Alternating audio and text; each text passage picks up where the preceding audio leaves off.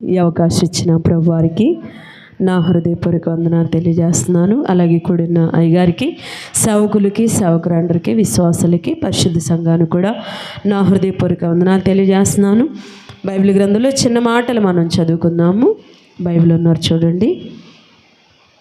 కీర్తన గ్రంథము 33వ అధ్యాయము. కీర్తన గ్రంథము 33వ అధ్యాయము 9వ వచనం నుంచి నేను చదువుతాను. బైబిల్ ఉన్నారు చూడండి. ఆయన మాట సెలవీయగా దాని ప్రకారం ఆయన ఆజ్ఞాపింపగానే కార్యము స్థిరపరచబడెను. అన్యజనుల ఆలోచనలను యెహోవా వ్యర్థపరచును. జనముల యోచనలను ఆయన నిష్ఫలములుగా చేయును. యెహోవా ఆలోచన సదాకాలము నిలుచును. ఆయన సంకల్పములు తరతరములకు ఉండును. యెహోవా తమకు దేవుడుగా గల జనుల ధన్యులు. ఆయన తనకు స్వాస్థ్యముగా ఏర్పరచుకొను జనులు ధన్యులు. దేవునికి స్తోత్రం. అందరు బాగున్నారండి? అందరూ బాగుంటే గట్టిగా చప్పట్లు కొడుతూ దేవుని ఘనపరుద్దాం. దేవునికి స్తోత్రములు, ఘనత, మహిమ దేవాది దేవునికే. బాగున్నామండి. దేవుని కృపను బట్టి మరి నిజంగా గత సంవత్సరం ఇదే కోట నుంచి మరి ఈ సంవత్సరం ఈ కోట వరకు మన డేవిడ్ రాజు గారి ఫ్యామిలీని మనందరూ కూడా మన ప్రభువారు క్షేమముగా సజీవ సంఖ్యలో ప్రభువారు నిలబెట్టారు. అందును బట్టి దేవునికి స్తోత్రం. మరి ఈ రోజున మరి మ్యారేజ్ యొక్క మరి శుభాకాంక్షలు మన డేవిడ్ రాజు గారికి, పావని గారికి నేను తెలియజేస్తున్నా. నా కుటుంబం తరపున, సంఘం తరపున కూడా మరి చక్కగా బిడ్డలకి మంచి ఆరోగ్యాలు ఉండాలని, మరి కుటుంబంలో సమృద్ధి ఉండాలని, వారి పనిపాట్లను దేవుడు దీవించాలని, మరి వారు ఎప్పటి నుంచో ఆశపడుతున్నారు సంతానం కొరకు. మరి దానికి కూడా ప్రభువారు మేలు చేయాలని నేను మనస్ఫూర్తిగా కోరుకుంటున్నాను. వచ్చిన ప్రతి ఒక్క బిడ్డ కూడా మీ అనుదిన ప్రార్థనలో మన డేవిడ్ రాజు గురించి, మరి రాజుగారి గురించి, అలాగే పావని గారి గురించి మరి అనుదిన ప్రార్థనలో వారి జ్ఞాపకం చేసుకుంటారని, వారికి చక్కని సంతానం ప్రభువారు దయచేయాలని మరి మీరందరూ ప్రార్థన చేస్తారని కూడా నేను కోరుకుంటున్నాను. వారి సహోదరుడి కుటుంబం కొరకు, సహోదరు కుటుంబం కొరకు, వారి తల్లిగారు కూడా మంచి ఆరోగ్యం ఉండాలని ప్రార్థన చేస్తారని కోరుకుంటున్నాను. ఇక్కడ మనం చదువుకున్న వాక్య భాగంలో చూసినట్లయితే కీర్తనాకారుడైన దావీదు మహారాజు గారు తెలియపరుస్తున్నారు. ఎందుకంటే కూటం ఏర్పాటు చేసుకున్నది కారణం ఏంటంటే కుమారుడు స్వస్థపడ్డారు కదా. దేవుడు మన నిజంగా భయంకరమైన దుష్ట శక్తుల నుంచి దేవుడు విడిపించి, అదే దుష్ట శక్తులతో లోకంలో ఉంటే కుమారుడి పాటుకు ఉండేవాడండి. ఆ ఫ్యామిలీ ఏమైపోయేదండి కదా. మన నిజంగా దేవుడు తన దయా సంకల్పం చొప్పున మన శుభశ్రీ గారు మరి చక్కగా మరి వారి చెల్లెలు గారు అనమాట పావని గారు మరి నిజంగా దేవుల్లో ఆ కుమార్తెని ముందుగా నడిపించి శుభశ్రీ గారిని ఆమెకి శోధనలు పెట్టి ఆమెను నడిపించి ఆమెను బలపరిచి నిలబెట్టుకొని ఆమె తర్వాత మరి పావని గారి కుటుంబాన్ని కానీ, అలాగే మరి నిజంగా ఏటపాలు రాజుగారి కుటుంబాన్ని కానీ, మరి అట్లాగే మన మణి గారి కుటుంబం కానీ, మరి నిజంగా వారి సహోదరుల కుటుంబాలు, చాలా కుటుంబాలు నిజంగా ఈ రోజున రక్షించబడడానికి ఆ రోజున శుభశ్రీ గారిని దేవుడు ఆమెకి శోధన పెట్టి నడిపించబట్టే ఈ రోజున ఎన్నో కుటుంబాలు కూడా రక్షించబడి. చప్పట్లు కొట్టండి దేవునికి స్తోత్రం. Thank you.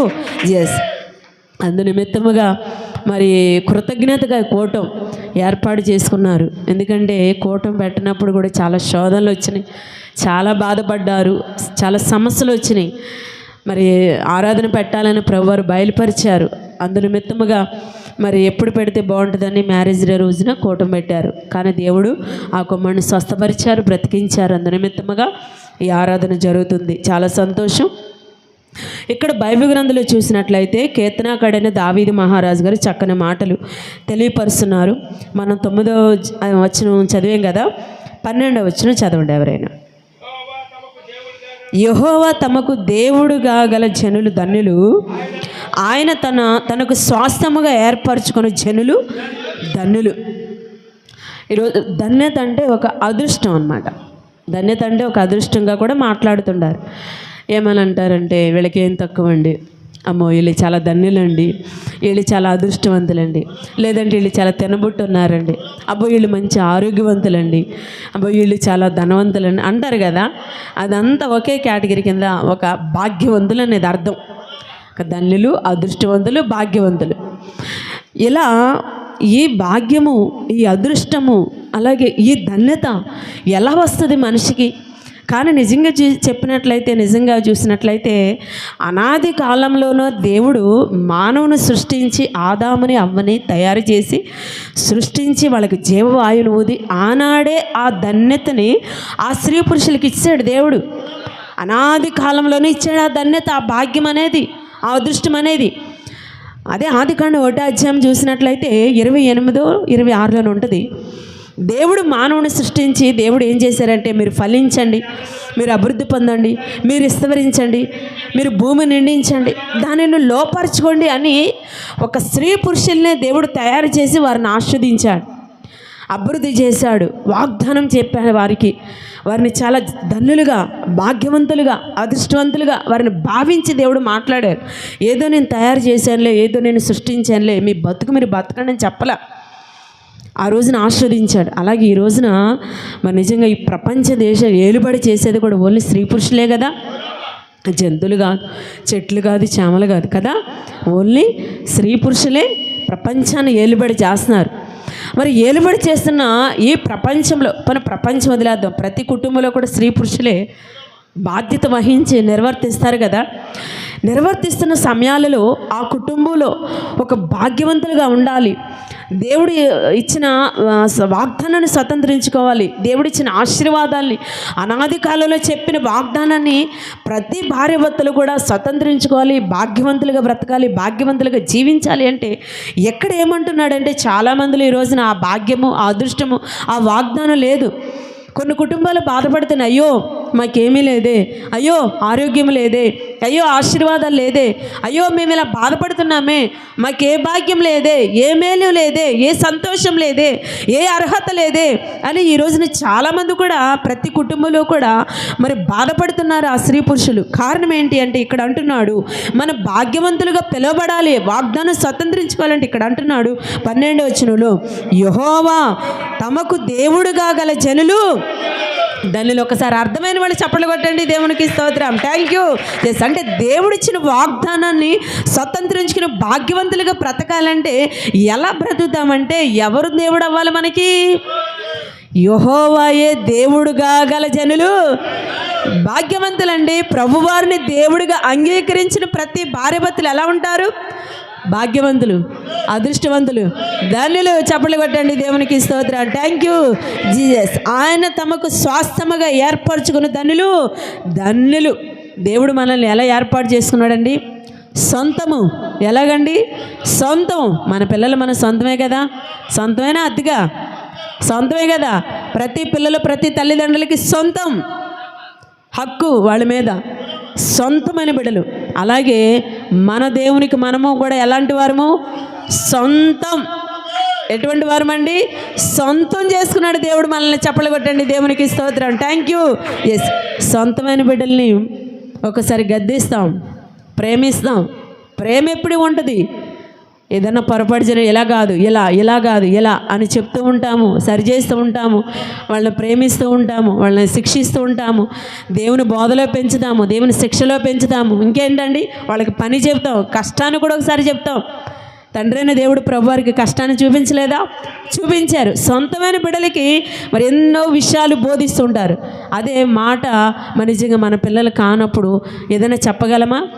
ఎందుకంటే ఏదైనా చెప్తే ఫీల్ అవుతారేమో అనుకుంటాం కదా, ఫీల్ అవుతారేమో. కానీ దేవుడు మాత్రము మనం ఆయనకి సొంతము, హక్కు మన మీద. ప్రభువారికి హక్కు ఉంది. మన సొంతంగా ఆయన ప్రేమించాడు, ఇష్టంగా తయారు చేసుకున్నాడు. అలా సొంతమైన ఆయన తనకు స్వాస్థ్యముగా ఏర్పరచుకునే జనులు ధన్యులు. అంటే దేవుడు మనల్ని ఎలా ఏర్పాటు చేసుకున్నాడండి? స్వాస్థ్యము, సొంతముగా. అలాగే ప్రతి ఒక్కరూ కూడా మనము కూడా లోకానికి సొంతం అవ్వకూడదు, లోకక్రియలకి సొంతం అవ్వకూడదు, ఎవరెవరికో దేనికో సొంతం అవ్వకూడదు. మన సొంతం ఎవరికి అవ్వాలి? దేవునికే సొంతం అవ్వాలి, ఆయనకే. ఆయన స్వాస్థ్యముగా మనము పిలువబడాలి, ఆయన స్వాస్థ్యంగా మనము బ్రతకాలి భూమి మీద. అలా బ్రతికినప్పుడు అంటున్నాడు, అప్పుడు జనులు ధన్యులు, భాగ్యవంతులు, అదృష్టవంతులు, ఇంకేంటండి? మహిమ కలిగిన వారు. చప్పట్లు కొట్టండి, దేవునికి స్తోత్రం, థ్యాంక్ యూ.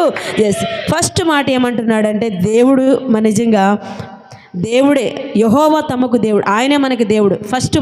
ఫస్ట్ మనము భాగ్యవంతులుగా ఉండాలంటే మన దేవుడు ఎవరు? యేసయ్యే ఉండాలి మన దేవుడు. అలాగే మనం ఎవరు సొంతమై ఉండాలి? దేవునికే సొంతం అవ్వాడు. అప్పుడు మనం భాగ్యవంతులు అవుతాం. రెండోదిగా చూసినట్లయితే చకచక 4 మాటలు. ద్వితీయోపదేశకాండం 33వ అధ్యాయం. ద్వితీయోపదేశకాండం 33వ అధ్యాయము 29వ వచనం.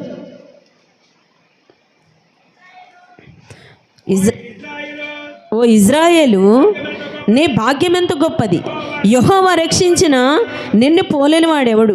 ఆయన నీకు సహాయకరమైన కేడము, నీకు ఔన్నత్యమును కలిగించి ఖడ్గమును, నీ శత్రువులు నీకు లోబడినట్లుగా వారు వేషం వేయుదురు. ఇక్కడ చూసినట్లయితే మన భాగ్యవంతులుగా పిలవబడాలి, మన అదృష్టవంతులుగా మనం ఉండాలి. అబ్బా వీళ్ళకి ఏంటండి, వీళ్ళు అదృష్టవంతులండి, వీళ్ళకి ఏంటండి, వీళ్ళ భాగ్యవంతులండి, వీళ్ళకి ఏం తక్కువ అండి, తినబట్టున్నారండి.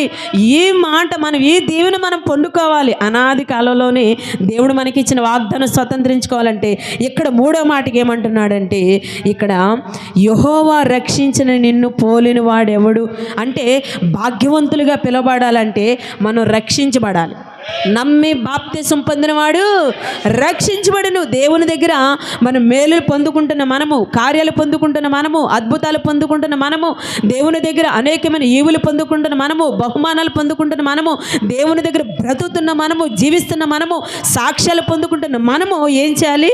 రక్షించబడాలి. ఏం చేయాలండి? రక్షించబడాలి. నమ్మి బాప్తిసం పొందుకోవాలి, రక్షణ పొందుకుంటే. అప్పుడు అన్నాడు, ఇజ్రాయేలు, అప్పుడు నీ భాగ్యం ఎంతో గొప్పది. చప్పలు కొట్టండి, దేవునికి స్తోత్రం. Thank you Jesus. మరి నిజంగా రక్షించబడిన వారికి, రక్షించబడిన తర్వాత ఇందాక మన డేవిడ్ రాజు గారు ఒక మాట చెప్పారు. దేవుడు సాతాను శక్తిని వెళ్ళగొట్టిన తర్వాత మరి బాప్తిసం తీసుకోలేదు, కొంచెం కనబడతా ఉండేది అప్పుడప్పుడు, నేనున్నాను అన్నట్టుగా. ఎప్పుడైతే ఇలా కాదు, దీన్ని పూర్తిగా మనం వెళ్ళగొట్టాలి, జయించాలంటే ఏం చేయాలి? బాప్తిసం తీసుకోవాలి. నిజంగా డేవిడ్ రాజు గారిని చాలా మెచ్చుకోవచ్చండి. నిజంగా ఒక్కసారి మందిరానికి వచ్చారు, రక్షించబడ్డారు, మాట తప్పుకోకుండా వెంటనే మరి చక్కగా బాప్తిసం పొందుకున్నారు. బాప్తిసం పొందుకున్న తర్వాత మళ్ళీ ఈ రోజుకి ఏ దుష్ట శక్తి కనిపించలే. చప్పట్లు కొట్టండి, దేవునికి స్తోత్రం. Thank you. ఎస్, మన భాగ్యం ఏంటండి? మన భాగ్యం ఏంటో తెలుసా? బాప్తిసమే మన భాగ్యం. రక్షణ పొందుకోవడమే మన భాగ్యం. ఏదో కోట్లు డబ్బు దర్పాలు పోగేసుకున్న దెయ్యాలు పట్టి పీడుతుంటే ఏమైనా ప్రయోజనం ఉంటుందా? ఏమీ ప్రయోజనం ఉండదు. కోట్లు రూపాయలు ఎన్ని ఉన్నా సరే మన నిజంగా ఆరోగ్యం లేకపోతే ఏమైనా ఉంటుందా? ఏమీ ప్రయోజనం ఉండదు. అదే మన నిజంగా అన్ని ఏమీ లేకపోయినా ప్రభువుని కలిగి ఉండి రక్షణ పొందుకుంటే అదే మన భాగ్యం. ఎక్కడ భాగ్యమో తెలుసా? ఇక్కడ హ్యాపీగా బ్రతుకుతాము. రక్షించబడిన వారికి మరొక భాగ్యం దేవుడు సిద్ధపరిచాడు. అక్కడ పరలోక రాజ్యం సిద్ధపరిచాడు. దేవునికి స్తోత్రం. Thank you Jesus. అదే మన భాగ్యము. అదే బైబిల్ గ్రంథంలో చూసినట్లయితే 4వ భాగ్యం ఏంటి ప్రభు వారు చెప్తున్నారు. బైబిల్ గ్రంథంలో చూసినట్లయితే అదే బైబిల్ గ్రంథంలో యాకోబు రాసిన పత్రికలో చూద్దాం. యాకోబు రాసిన పత్రిక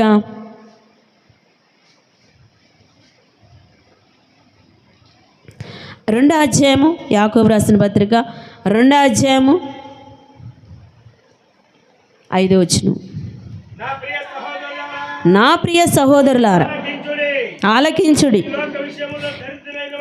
ఈ లోక విషయంలో దరిద్రులైన వారిని విశ్వాసమందు భాగ్యవంతులుగాను, తను ప్రేమించు వారికి తాను వాగ్దానం చేసిన రాజ్యమునకు వారసులుగాను ఉండుటకు దేవుడు ఏర్పరచుకొనలేదా? ఇక్కడ అంటున్నాడు. చాలామంది అంటారు, ఏంటండి దేవుని నమ్ముకున్నానండి, బాప్తిసం పొందుకున్నానండి, నాకు ఈ కార్యం జరగలేదండి, ఈ మేలు జరగలేదండి, అయ్యో నేను దరిద్రురాలుగా ఉన్నానండి, దరిద్రుడిగా ఉన్నానండి, నాకు అది లేదండి, ఇది లేదండి అని బాధపడుతుంటారు చాలామంది లోకంలో. బతుకున్నా చాలు, దేవుడు బ్రతికనిచ్చాడండి, ప్రాణం పోకుండా నిలబెట్టాడండి, పని చేసుకుని ఆరోగ్యం ఇచ్చాడండి, బ్రతికే తెలివితేటలు ఇచ్చాడండి, ఉద్యోగం ఇచ్చాడండి, వ్యాపారం ఇచ్చాడండి, పని పాటలు ఇచ్చాడండి. అవి లేక ఎంతమంది బాధపడుతున్నారు? అవునా కాదా? లోకంలో అది లేక బాధపడే వాళ్ళు ఉన్నారు. కానీ మన భాగ్యం ఏంటి? ఇక్కడ యాకోబు రాసిన పత్రికలో యాకోబు గారి ద్వారా పరిశుద్ధాత్మ దేవుడు ఏం మాట్లాడుతున్నాడంటే, ఒకవేళ ఈ లోకంలో నువ్వు బ్రతికేటప్పుడు నేను దరిద్రుడిని, పేదవాడిని బాధపడుతున్నావేమో, అలా బాధపడదు. నీ భాగ్యం ఏంటో తెలుసా? విశ్వాసమందు భాగ్యవంతుడు అయ్యా నువ్వు. చప్పట్లు కొట్టండి, దేవునికి స్తోత్రం. Thank you Jesus. విశ్వాసం ఉంటేనే అదే భాగ్యం. ఎంత భాగ్యమో తెలుసా? అబ్రహాముకు విశ్వాసం ఉంది. ఎంత విశ్వాసం ఉంది? విశ్వాసులకు తండ్రి అన్నాడు. ఈ బైబిల్ గ్రంథంలో ఆదికాండం నుంచి ప్రకటన గ్రంథం వరకు ప్రతి గ్రంథంలో అబ్రహాము పేరు లిఖితమైంది. కానీ అబ్రహాము మన నిజంగా చూసినట్లయితే ఈ రోజున అబ్రహాము గారు ఉన్నారండి భూమి మీద? లేరు. చూసారా ఎక్కడన్నా సెంటర్లో కనిపించారా? ఎప్పుడన్నా చూసారా? ఎప్పుడు చూడలా. కానీ అబ్రహాము లేడు. కానీ అబ్రహాము గురించి మనం మాట్లాడుకుంటున్నాం. ఆయన సాక్ష్యం మిగిలిపోయింది, ఆయన జీవితం మిగిలిపోయింది, ఆయన జీవించిన జీవిత విధానం మిగిలిపోయింది. ఈ రోజున మనం మాట్లాడుకుంటున్నాం. ఎందుకయ్యా అంత సాక్ష్యం పొందుకున్నాడు అబ్రహాం అంటే? అబ్రహాముకి ఎన్ని సంవత్సరాలు? 100 సంవత్సరాలు, 99 సంవత్సరాల వరకు అబ్రహాము పిల్ల పీసు ఏమీ లేదు, పిల్లల పొట్ల అబ్రహాముకి. అయినా సరే ఎంత విశ్వాసం ఉంచాడండి, ఎంత విశ్వాసం అసలు. ఈ రోజున మనకి ఏదైనా ఒక మేలు జరగకపోతే మనం ఏం చేస్తాంలేండి, ఏం వెళ్తాంలేండి, ఏం చేస్తాంలేండి అని అవిశ్వాసపడతాం. అబ్రహాముకి ఎంత విశ్వాసం అండి. నా దేవుడు ఏదైనా చేయగలడు. దేవుడు ఏమన్నాడండి? దేవుడు అన్నాడు శారాతో, మళ్ళీ సంవత్సరం సరే నేను నీకు బిడ్డనిస్తానమ్మా అని చెప్పాడు. శారా ఏం చేసింది? పక్కపక్క నవ్వింది. దేవుడు మాట అంటే నవ్వులాట కాదండి. చాలామంది దేవుడు మాటలకి నవ్వులాటగా తీసుకుంటారు. దేవుడు వెంటనే ఏమన్నాడో తెలుసా? ఎందుకు నవ్వుతావు? నేను మాట్లాడుతుంటే నీకు నవ్వులాటగా ఉందా? ఎందుకు నవ్వేవు సార్ అంటే, అయ్యా భయపడింది, నేను నవ్వలేదు. చాలామంది దేవుని మాటని నవ్వులాటగా తీసుకుంటారు. ఎప్పుడు అలా తీసుకోకూడదు. దేవుని మాటని చాలా సీరియస్గా తీసుకోవాలి ఎప్పుడైనా. మరి నిజంగా చూసినట్లయితే వెంటనే ఆమె సరి చేసుకుందాం. నేను నవ్వలేదు, దేవుడి ముందు నేను ఇలా నవ్వడం చాలా తప్పు అనుకుంది. మరి నిజంగా నాకు అసాధ్యమైనది ఏదైనా ఉందా అని అడిగాడు. లేదు, ఆయనకి అసాధ్యమైనది ఏమైనా ఉందండి? సమస్తం సాధ్యంలే. భూమిని సృష్టించాడండి, మట్టిని సృష్టించాడు, ఆకాశాన్ని సృష్టించాడు, సూర్యచంద్రుని సృష్టించాడు, జ్యోతులు సృష్టించాడు, నక్షత్రాలను సృష్టించాడు, నిన్ను నన్ను సృష్టించాడు, జంతువులు, ఎనుబోతుల్ని, ఈ లోకలు ఏదైతే ఉందో అదంతా నువ్వు తయారు చేసావో దేవుడు తయారు చేశాడు. దేవుడేగా, మన వల్ల ఏది కాదు. తయారు చేసిన ఆయన మాట ఉంటే నవ్వులాటగా ఉంటుంది. కానీ మన వల్ల ఏమన్నా అవుతుందా? ఏమీ అవ్వదు. అంత సృష్టికర్తకి ఏదైనా ఇది అవ్వదు అనుకోవడానికి ఏదైనా ఉందా? ఏదైనా ఇది చేయలేడండి ఆయన చెప్పగలవా నువ్వు? మన వల్ల అవుతుందా? అవ్వదు. అందుకే అంటున్నాడు, నాకు అసాధ్యమైనది ఏదైనా ఉందన్నప్పుడు అబ్రహాం గారు గ్రహించారమ్మో, దేవుడు గొప్ప దేవుడు అండి, ఆయన చాలా గొప్ప దేవుడు, ఆయనకు అసాధ్యమైనది ఏది లేదని విశ్వాసంతో 99 సంవత్సరాలు ఎదురు చూశాడు. 100వ సంవత్సరానికి దేవుడు చక్కని 12 మగబిడ్డనిచ్చాడు. చప్పట్లు కొట్టండి, దేవునికి స్తోత్రం. థ్యాంక్ యూ చేసి. అప్పుడు దాకా ఏమీ లేదు అనుకున్నాడు. మరి నిజంగా వెంటనే ఎంత గొప్ప కార్యం జరిగిందండి. అందుకే అన్నాడు, ఒకవేళ నీకు దరిద్రమో, పేదరికమో, అప్పులు, సమస్యలు, రోగమో, ఇబ్బందులు ఏదో ఈ రోజు నువ్వు బాధపడుతున్నావో, కానీ ఈ రోజు నువ్వు పూర్తి విశ్వాసం ప్రభు మీద పెట్టి నిలబడితే నీ విశ్వాసమే నిన్ను రక్షిస్తుంది, భాగ్యవంతుడిగా చేస్తుంది. చప్పట్లు కొట్టండి, దేవునికి స్తోత్రం. Thank you. విశ్వాసంతో అబ్రహాము ఎదురు చూశాడు. అబ్రహాముకి కుమారుని ఇచ్చాడు. ఆ కుమారుని నుంచి ఎంతమంది పుట్టారండి? అబ్రహాము తర్వాత ఇస్సాకు తర్వాత యాకోబు తర్వాత 12 మంది సంతానం. ఈరోజు సృష్టి యావత్తు కూడా ఎవరి ద్వారా వచ్చిందండి? అబ్రహాము ద్వారా కలిగింది. అందరూ చప్పట్లు కొట్టండి, దేవుని నామానికి స్తోత్రం. Thank you. విశ్వాసులకి తండ్రి అయ్యాడు. అతని గర్భవాసంలో నుంచే గొప్ప గొప్ప రాజులు కూడా పుట్టారు. నిజంగా చూసిన సహోదరి సోదరుడా, ఆ వంశంలో నుంచి ఎవరు వచ్చారు? మత్తయి సువార్త 1వ అధ్యాయం చదివారు ఎప్పుడైనా? ఏమని వ్రాయబడింది? ఒకసారి చదవండి. మత్తయి సువార్త 1వ అధ్యాయం.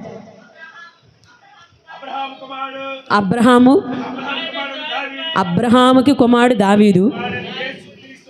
దావీదు కుమారుడు యేసుక్రీస్తు వంశావళి. అబ్రహాము విశ్వాసం ఉంచుడు ద్వారా, ఆ విశ్వాసం ఎక్కడ పూర్తి విశ్వాసం ఉంచుడు ద్వారా అతని వంశంలో నుంచి ఎవరు వచ్చారు?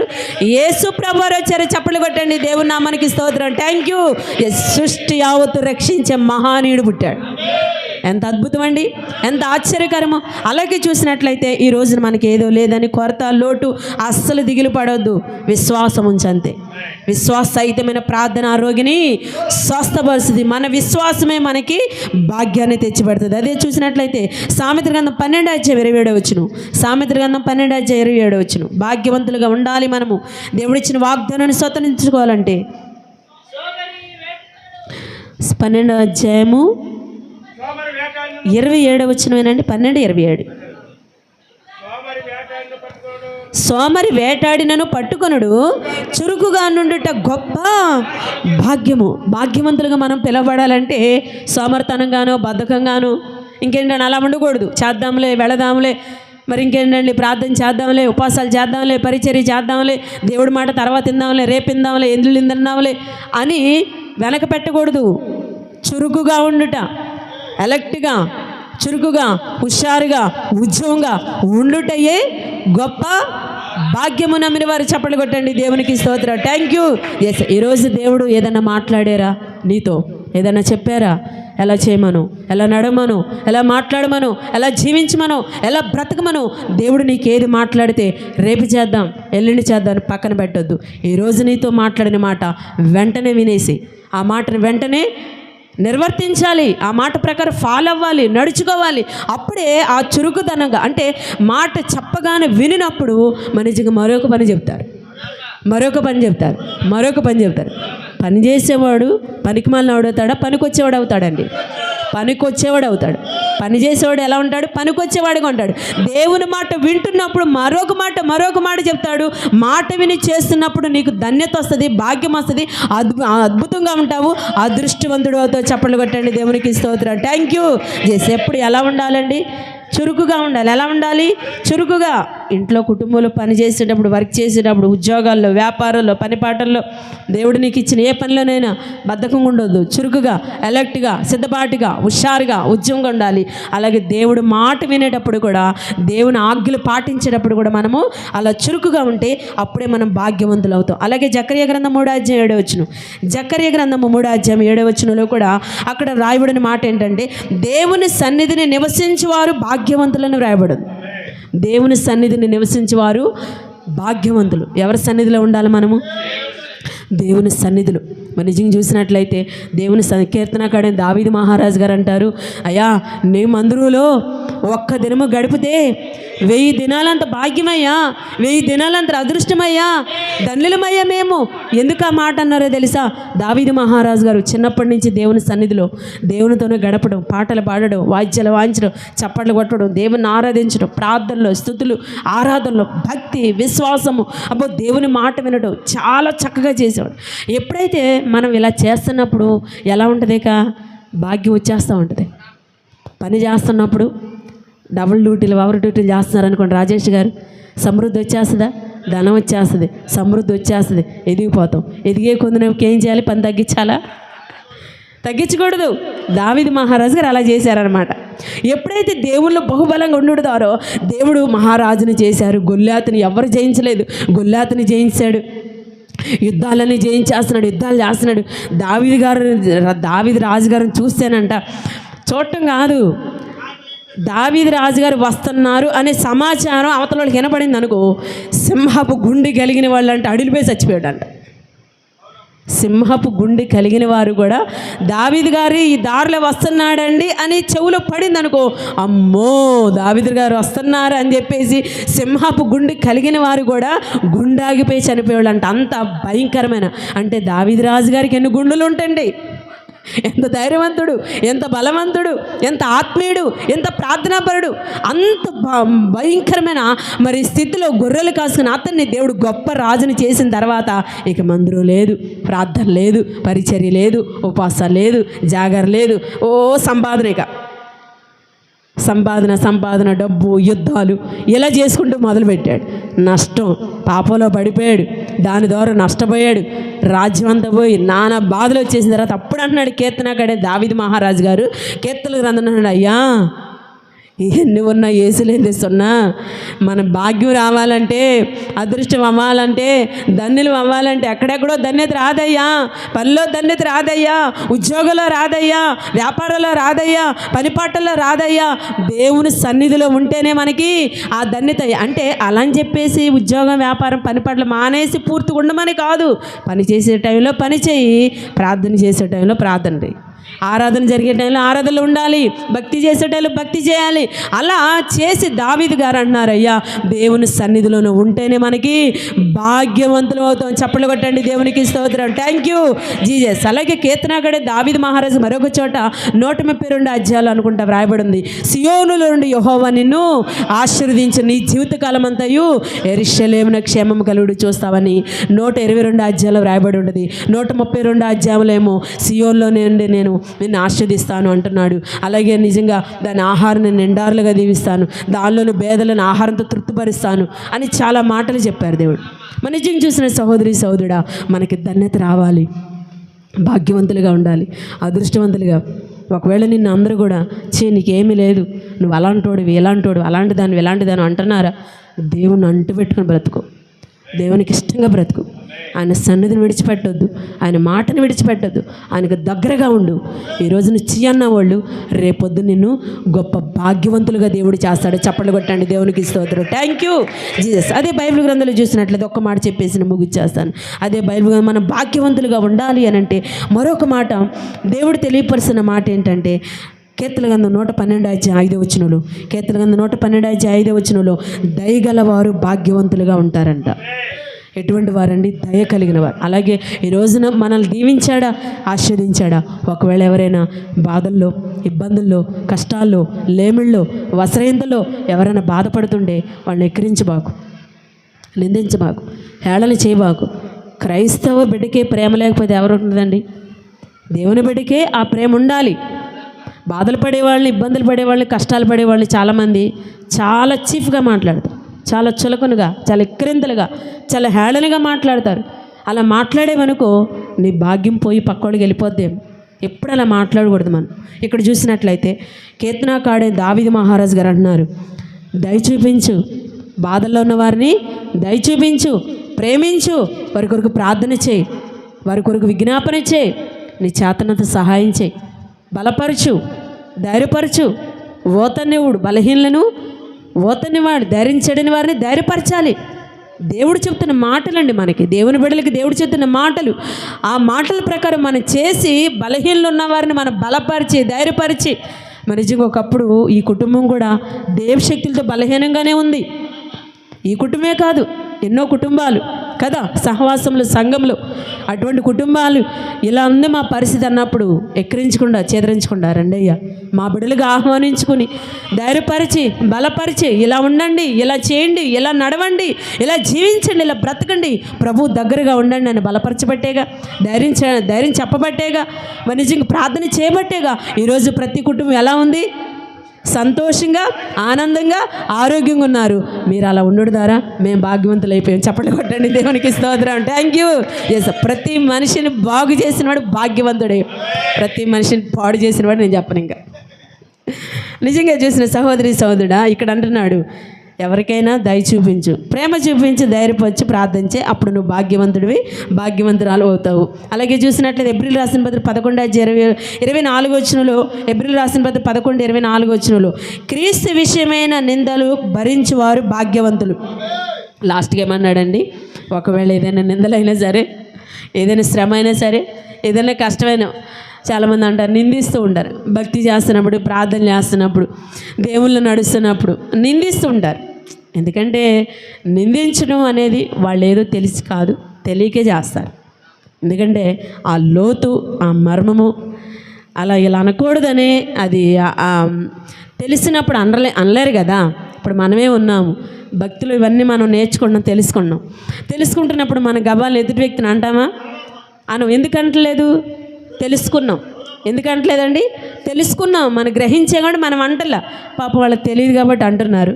అలాంటి విషయాల్లో కూడా ఎవరో ఏదో అన్నారని, ఏంటి మేలు జరగలేదనో ఏదో, ఎందుకంటే తెలియని వారు రకరకాలుగా అంటుంటారు. అటువంటి మాటలు ఏమీ పట్టించుకోకుండా ఆ విషయంలో కూడా మన విశ్వాసంగా నిలబడితే అబ్రహాము నిలబడ్డారు. అలాగే చూసినట్లయితే బైబిల్ గ్రంథంలో ఎంతోమంది భక్తులండి, ఎంతోమంది భక్తులు, ఈరోజు మనమే కాదు, ఎంతోమంది మహారాజులు లాంటి వాళ్ళు, గొప్ప గొప్ప దైవజనులు లాంటి వాళ్ళు, గొప్ప గొప్ప భక్తులు లాంటి వాళ్ళు ఎన్నో శ్రమలు అనిపించారు, కష్టాలు అనిపించారు, మరి లేమిడులు అనిపించారు, కార్యాలు జరగకపోయినా నిందించినా సరే నిలబడ్డారు. కాబట్టి చరిత్రలో, ఈ చరిత్రలో బైబిల్ గ్రంథంలో మనిషి చావుంది కానీ దీనికి చావు లేదు. బైబిల్ గ్రంథానికి చావుందా? లేదు. నమ్మిన వారు గట్టిగా చప్పట్లు కొట్టండి, దేవునికి స్తోత్రం. Thank you. ఎస్, ఈ చావులేని గ్రంథాల వారి పేరు లిఖితమైన అంటే కారణం ఏంటంటే దేవుని కోసం నిందలపడ్డారు, దేవుని కోసం శ్రమను అనిపించారు, దేవుని కోసం కష్టపడ్డారు, దేవుని కొరకు విశ్వాసంగా నిలబడ్డారు, దేవుని కోసం బ్రతుకుతున్నారు. దేవుడే మన బ్రతుకుతున్నారు. కాబట్టి చరిత్రలో వాళ్ళు లేకపోయినా వాళ్ళ గురించి మనం మాట్లాడుకుంటున్నాం. చప్పట్లు కొట్టండి, దేవునికి స్తోత్రం. Thank you. ఎస్, అలా దేవుని కొరకు మనము ఏదన్నా కష్టం అనిపించినా మనమే ధన్యులమే, మనమే భాగ్యవంతులమే, మనమే అదృష్టవంతులమే. మరి నిజంగా ఎలా చెప్పుకోవాలంటే చాలా విషయాలు. మరి నిజంగా సహోదరి సహోదరుడా, భాగ్యవంతులు అవ్వాలి అంటే ఈ రీతిగా మనం బ్రతకాలి, దేవుల్లోనే బ్రతకాలి, దేవునితోనే జీవించాలి, ఆయన మాట వినాలి. ప్రతి భార్యాభర్తలు కూడా కుటుంబంలో సమాధానంతో, ఐక్యతతో, సంతోషంతో చక్కగా దేవుని నామానికి మహిమార్థంగా ప్రతి భార్యాభర్తలు దేవుని కోసం బ్రతుకుతున్నప్పుడు దేవుడు మన కుటుంబాలు ఎటువంటి కొరతలు కొదువులు ఉన్నా దేవుడు తీసివేసి సంతోషాన్ని, ఆనందాన్ని, ఆశీర్వాదాన్ని దేవుడు ఇచ్చి దేవుడు అన్నాడు, ఓ ఇజ్రాయేలు నీ భాగ్యము ఎంతో గొప్పది. అంటే ఓ దేవుని బిడ్డ, నువ్వు దేవుళ్ళు నిలబడితే నీ భాగ్యము ఎంతో గొప్పది. చప్పట్లు కొట్టండి, దేవునికి స్తోత్రం. Thank you GS. అలాగే చూసినట్లయితే మన డేవిడ్ రాజు గారిని, అయ్యా చిన్న మైక్ సెట్ పెడదామా అని అన్నారు అయ్యగారు. లేదయ్యా, దేవుడు నన్ను బతికిచ్చాడయ్యా, దేవుడు నన్ను స్వస్థపరిచాడయ్యా, దేవశక్తి నుంచి వెళ్ళగొట్టాడయ్యా, దేవుడు నన్ను ఈ రోజున సజీవ సంఖ్య నిలబెట్టాడయ్యా. అయ్యా పెద్ద మైక్ సెట్ పెట్టండి, నేను గొప్ప సాక్ష్యం చెప్పాలని దేవుని కొరకు నిలబడ్డారండి. దేవుని నామానికి స్తోత్రం. Thank you. ఎస్, నిజంగా ఈ కుటుంబం నిజంగా భాగ్యవంతులేనండి. ఈ కుటుంబంలో ఉన్న బిడ్డలు భాగ్యవంతులు. ఈ భాగ్యాన్ని పోగొట్టుకోకుండా చక్కగా ఇంకా బహుబలంగా ఏది ఏమైనా దేవుని కోసం నిలబడండి. దేవుడు తప్పకుండా మేలు చేసి భాగ్యవంతులుగా, అదృష్టవంతులుగా దేవాది దేవుడు నిలబెడతాడని ఈ చిన్న మాటలు చెప్పి ముగిస్తున్నా. మీ అందరికీ నా హృదయపూర్వక వందనాలండి. దేవుని స్తోత్రం. అలాగనే మరి ఈరోజు